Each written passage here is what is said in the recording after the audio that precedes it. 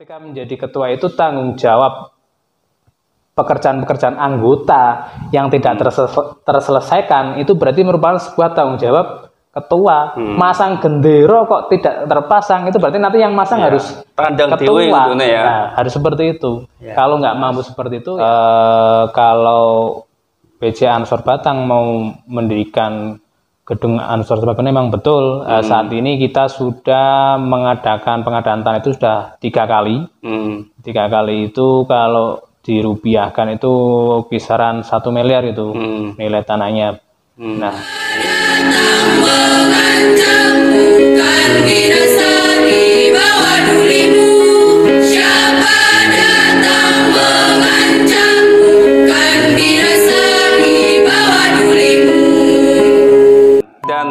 dulu kan pernah juga menjadi ketua KNPI. Ya. Itu periode tahun berapa? Itu tahun 2015 sampai 2018. Itu juga faktor kecelakaan juga itu tidak apa ya. Enggak dibayangkan, enggak dipikirkan itu. Tapi kan itu luar biasa tingkat kabupaten menjadi ketuanya. Iya. Dan barangkali diceritakan Kang tentang ini pengalaman-pengalaman di KNPI kan kita juga banyak yang belum tahu juga tentang KNPI itu yang gerakannya seperti apa. Jadi pengalaman ketika terpilih dulu ya. Nah, DPD KNPI waktu saya muscap, misalnya muscap ya. Muscap, musyawarah cabang. Nah, ini musda ada bukan muscap. Kalau muscap di apa namanya di yang lain. Ini namanya musda, musyawarah daerah. Nah, musda ini dulu dilakukan karena terjadi kevakuman. Kevakuman, kebetulan ketua sebelum saya ini sahabat Haji Ihwanuddin, ini kan beliau jadi KPU provinsi, sehingga waktu untuk dibatanya itu sangat susah, sehingga ada beberapa tahun, sekitar 4 tahun ini ada kevakuman di DPD.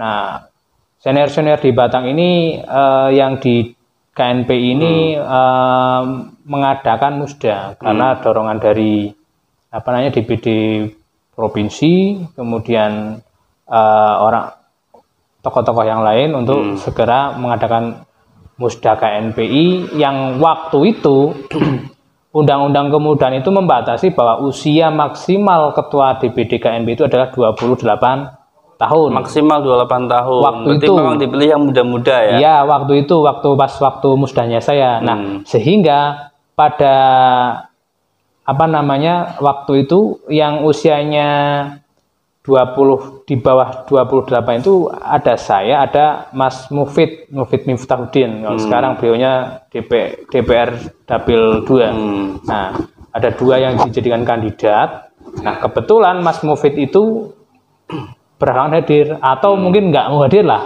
Nah, dengan keadaan seperti itu mau tidak mau kan yang terpilih hanya saya, karena pada forum tersebut sing paling kecil itu saya, sehingga saya terpilih jadi ketua. Walaupun sebenarnya waktu itu jadi ketua paling muda, tapi yang diminta adalah orang-orang yang lebih senior itu agak memang PR tersendiri tuh, agak susah. Bayangkan anak kecil ngatur-ngatur senior-seniornya ini yang menjadikan kendala lah waktu itu.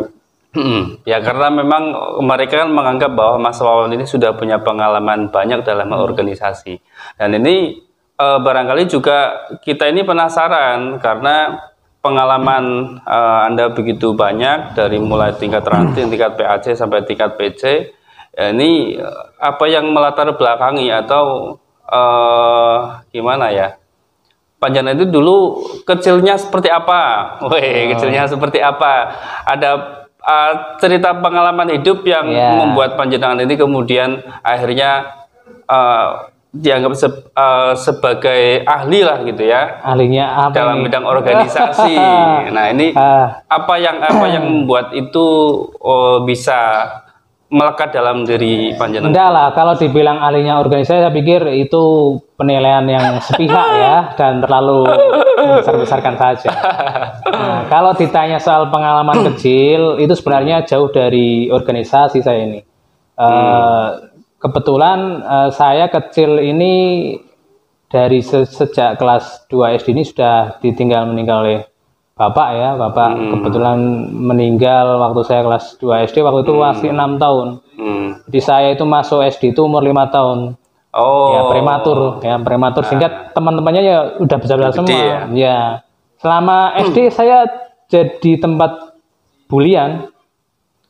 Karena paling kecil sendiri. Iya, paling kecil sendiri. Ini kalau nggak percaya, misalkan tanya aja, ya sekelas sama saya yang masih SD itu pasti Suwanto itu orangnya bagaimana? Itu biasanya cengar-cengir, nangisan, minder, ya kan? Iya betul. Nah, pokoknya kalau ada sasaran tempat bully itu saya.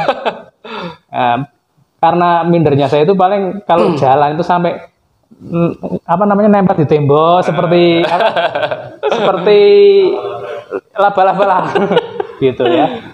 Pokoknya kalau pengalaman SD itu pengalamannya menderita lah karena jadi tempat bulian dan seterusnya. Cuma ya ada beberapa teman yang memang dari kecil itu memang tulus lah berteman, nggak pernah membuli dan seterusnya. Ya saya terus terang minder kan karena dari keluarga yang tidak punya bapak, sepatu saja waktu saya sekolah itu tidak pernah beli. Tapi misalkan ada tetangga yang lungsuran. Ini biasanya sampai jempolnya itu kelihatan, terus kakinya juga kelihatan. Itu nggak pernah beli sepatu baru. Nah, saya beli sepatu baru itu berarti ketika masuk di MTS. Itu pun dibelikan orang yang beliaunya ini mau mengangkat saya sebagai anak. Cuman saya itu tidak mau diadopsi sehingga kebutuhan misal seragam, sepatu itu saya dibelikan. Itu baru merasakan beli sepatu baru. Nah, di MTS pun sama, saya juga jadi tempat bulian juga. Ini teman saya itu banyak nih, di pasar itu Raudi itu. Nah, itu pernah bully saya itu. MTS tahun berapa Kang Jenengan? Saya itu berarti tahun 99 kalau tidak salah. 99. Ya, mungkin satu di atasnya Mas Firman. Saya tahun 2000. Iya, itu satu. Ya, itu saya tempat buliannya banyak tuh. Anak Matus itu yang ditakuti zaman saya itu anak Matus ini. Galak-galak anaknya. Petarung semua. Ya. Itu saya kenal betul, itu ada Surati, ada Raudi, ada Teguh ya. Itu banyak. Tak cuman mulai kelas 2 ini kan kebetulan sudah agak membaur lah dengan orang-orang yang nakal itu, tapi jadi bulinya agak berkurang. Di kelas 3 juga sudah nggak dibully ini karena sudah kelas 3. Ya. Kelas 1 masih kadang masih nangis habis dibully. Betul. Saya kelas 1 MTS itu masih nangis kan dibully. Cuman itu di MTS. Ya kemudian mulai agak nakal itu maju di SMA.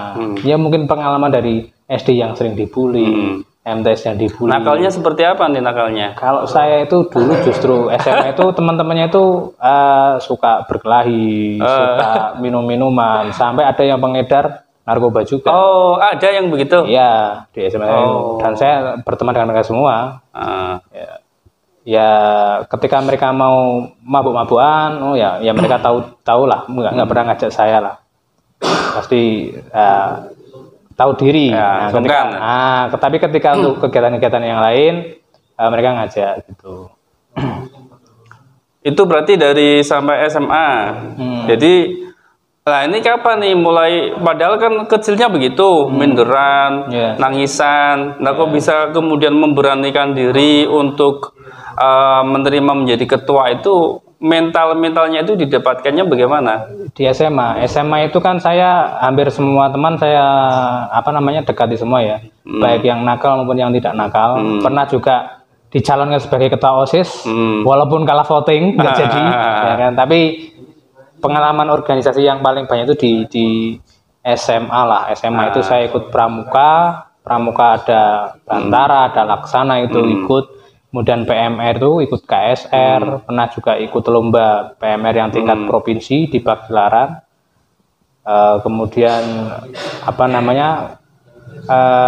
yang agak itu namanya lupa saya. Yang di sekolah? Yang acting itu apa namanya? Teater. Nah, teater saya ikut. Nah, teater itu di situ perasaan yang tadinya minder itu karena ikut teater itu akhirnya berkurang.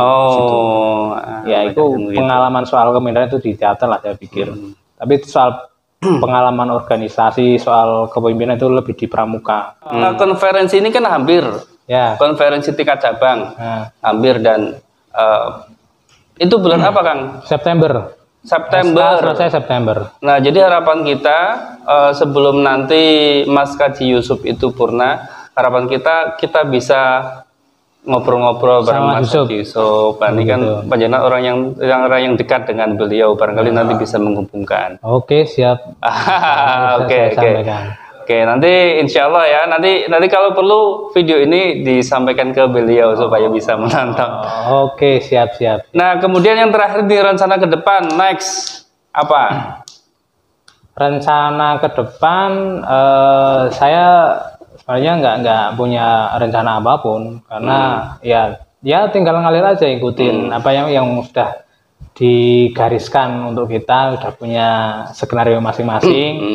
Hanya saya berharap teman-teman Ansor ini cobalah mulai merambah ke dunia usaha, ya kan? Kan kita semua tahu bahwa dari 10 rezeki dari Allah itu kan yang 9 ada di usaha, perdagangan kan begitu. Nah ini marilah kita mencari yang 9 ini, kan mencari ini nggak jadi terakhir jadinya nih. Saya juga mau tanya nih tentang usaha. Jadi sekarang sibuk apa? Usaha yang sekarang digeluti apa, Mas Wawan? Begitu. Kalau yang saat ini saya kebetulan main di barang-barang unik, kemudian wallpaper dan sejenisnya perabot rumah tangga. Nah, termasuk nih dapat sponsor. Oh iya. Ini kebetulan baru ada saja.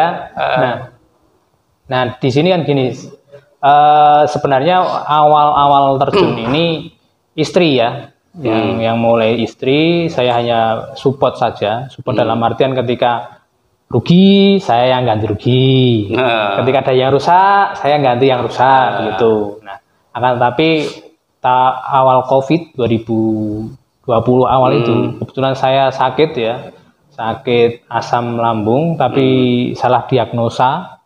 Sehingga diagnosanya itu asma, salah penanganan obat sehingga akhirnya asam lambungnya itu sampai ke jantung, lemah jantung jadinya. Nah, saya akhirnya nggak bisa beraktivitas keluar, saya harus di rumah saja untuk proses penyembuhan. Karena saya ini jenuh kalau di rumah saja, akhirnya saya mencoba untuk mengembangkan apa yang ditekuni oleh istri. Nah, dari mengkonsep usahanya, memanage usahanya, sampai strategi pemasaran dan sebagainya, itu saya all out betul, dari iklan, kemudian belanja, sampai mengatur keuntungan, sampai aplikasi yang dipakai di transaksinya juga sudah saya tata betul, sehingga saat ini istri saya nggak perlu lagi jualan, sudah memperkerjakan orang lain gitu. Sudah jadi bos sekarang ya? Iya, kalau dikatakan bos enggak lah. Kalau saya bilang bos, kalau saya sudah mampu memberi bayaran kepada yang kerja lebih dari yang diharapkan. Kalau saat ini ya mitra lah, begitu saja. Berarti jenis usahanya ada apa aja nih? Banyak lah, wallpaper ada, kemudian perabotan rumah tangga ada. Ini boleh sekalian promosi di sini boleh lah. Ya, kemudian ini yang baru ini ya, ini kita mau main di mukena, spray, bed cover, dan gorden. Kebetulan kita diajak kerjasama sama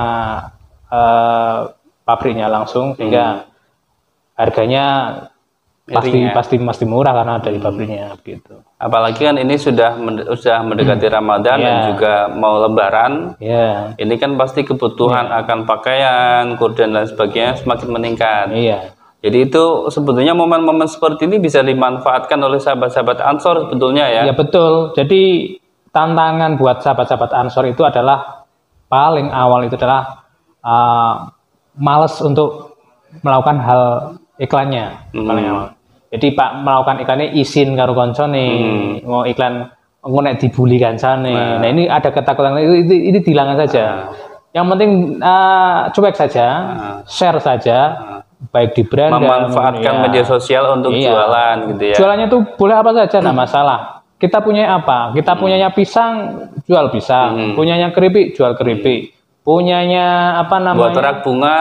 Iya, semuanya banyak lah. Ini kan buat rak bunga ini. Ya, kalau mau beli raknya sama sahabat Irfan ini ya, sahabat-sahabat. Lumayan. Ya prinsipnya itulah.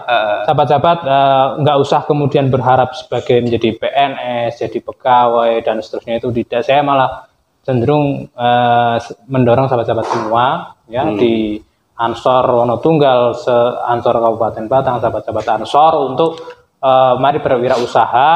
Apa potensi di sekitar kita itu apa? Kemudian kita gali dan kita dijual, ya apapun. Kalau kita nggak bisa produksi sendiri, misalkan memasarkan produksi teman kita, reseller, ya reseller gitu. Nah, dan saat ini kan kecenderungan orang itu kan lebih sering pegang HP ketimbang pergi ke pasar, betul enggak? Oh, bangun tidur aja langsung buka HP betul, ya, betul kan? Nah, maka iklan yang paling efektif waktu ini bukan pasang baliho di jalan, bukan apa namanya sebar brosur di jalan atau di pasar, tapi lebih di medsos. Cukup modal jempol. Iya, cuma modal jempol aja. Daripada update status apa namanya galau-galau, ini update status jualan nggak masalah. Betul. Nah, sekarang kita berbicara next nih ke depan nih, 2024. Bentar lagi ya, 3 tahun ya. Oke. Ini sahabat-sahabat Ansor terutama ini banyak yang mendorong Mas Wawan supaya untuk maju berpolitik sebagai calon anggota legislatif. Nah, ini kira-kira tanggapan Mas Wawan gimana nih? Siap nggak nih? Ya, ngomong ada momen ini juga saya klarifikasi juga ini biar tidak menjadi salah paham ya. Bahwa di Wonotunggal itu saya sepakat kalau harus ada dewan. Saya sepakat dan itu saya pikir semua sahabat-sahabat juga sepakat. Nah, akan tetapi apa namanya untuk maju ke dewan itu banyak hal-hal yang menjadi pertimbangan. Ada finansial, ada elektabilitas atau tingkat penerimaan ya, dan seterusnya. Nah, saya ini mempunyai gambaran saat ini yang saya anggap kayaknya ini nanti bisa maju ya. Ini adalah sahabat satu ini Fajar Sajidin, kemudian yang dua adalah sahabat Hasan Siwatu. Nah, ini nggak ada 3 nih, 2 tahun. Saya pikir kan lah kalau misalkan beliau ini mau maju ini, saya pikir hanya satu saja lah. Jangan sampai kemudian nanti ada 2 kader yang maju, malah justru nanti tidak jadi semua, sayang. Harus satu saja. Betul. Karena memang di Kecamatan Wonotunggal itu belum ada. Ya, betul. Sehingga susah kalau kita mau mengajukan apa itu memang susahnya di sana karena memang belum ada perwakilan dari Wonotunggal. Jadi harapannya nanti harus ada dari perwakilan Wonotunggal. Baik, terakhir barangkali pesan-pesan yang mau disampaikan khususnya untuk sahabat-sahabat Ansor Kecamatan Wonotunggal nih Kang, supaya terus berkhidmah, bersemangat di dalam organisasi. Oke, buat sahabat-sahabat Ansor di Wonotunggal, yang pertama saya ucapkan terima kasih atas undangannya. Luar biasa sekali buat tim-tim medsos di PAC Wonotunggal ini, terus kembangkan semangat untuk berkarya. Saya yakin suatu saat jerih payah sahabat-sahabat ini semua ada hasilnya, walaupun amin. Saat ini yang subscribe masih sedikit ya kan, tapi nanti setelah ini banyak saya yakin suatu saat akan banyak ya. Jadi tetap semangat. Nah, kemudian untuk perlengkapan ini mudah-mudahan nanti ke depan bisa lebih baik lagi, sehingga kualitas videonya juga lebih bagus. Karena sekarang masih ala kadarnya dulu. Kualitas video ini akan bagus dan tidaknya itu ditunjang oleh alatnya kan. Kalau alatnya bagus, insya Allah juga bagus. Nah, kemudian yang terakhir buat sahabat-sahabat semua, selalu semangat untuk berkhidmat. Dimanapun posisi kita, tidak perlu mempermasalahkan.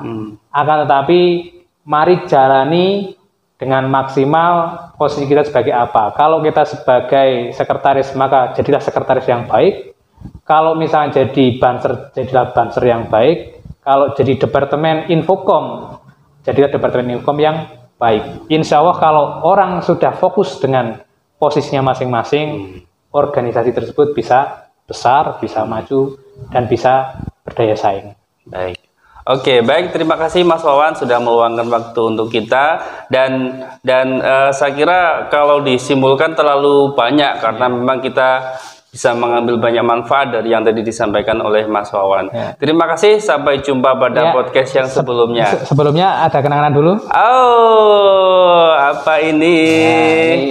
Ini sedikit kenang-kenangan saja buat Alhamdulillah teman-teman Infokom. Ini nggak mahal, cuman ini jangan dilihat harganya Mas Irfan, tapi dilihat niat. Mantap ini seragam. Ya. Saya punya tapi yang lengan panjang. Ini yang lengan pendek belum punya. Ini yang model Soekarno ini. Model Soekarno. Sakunya 4. Oke. Baik, terima kasih Mas Wawan. Sampai jumpa pada pertemuan yang berikutnya. Wallahul muwaffiq ila aqwamit thoriq. Assalamualaikum warahmatullahi wabarakatuh.